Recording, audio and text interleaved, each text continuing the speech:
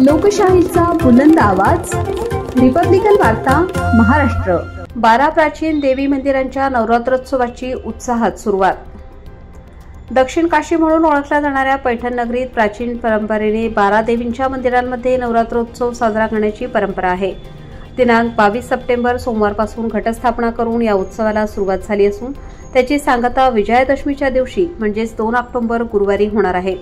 या निमित्ताने पैठण शहरातील शिवाजी महाराज चौक परिसरात खरेदी विक्रीसाठी नागरिकांची प्रचंड गर्दी उसळली होती। देवीची मूर्ती, ओटीसाठी साहित्य, हिरवा चुडा, सुंदर रंगीत वस्त्रे, दागदागिने, हार, फुले, अगरबत्ती, रांगोळी, साहित्य अशा धार्मिक वस्तूंच्या खरेदीसाठी विशेषतः महिलांच्या मोठ्या संख्येने सहभाग दिसून आला। शहरातील विविध वाड्यात व गल्ल्यांमध्ये पसरलेल्या या 12 देवींच्या मंदिरांमध्ये नवरात्रोत्सव मोठ्या भक्तिभावाने साजरा केला जातो।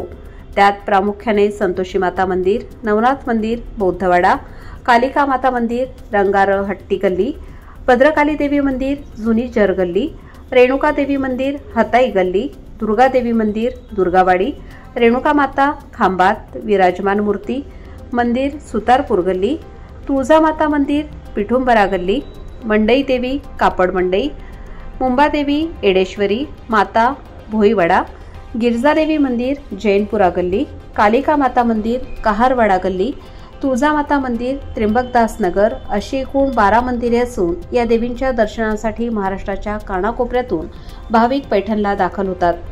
9 दिवस सलग उपवास, देवीचे पूजन, भजन, कीर्तन, रांगोळ्या व देवी अलंकार स्पर्धांमुळे शहर धार्मिक वातावरणाने नटले आहे।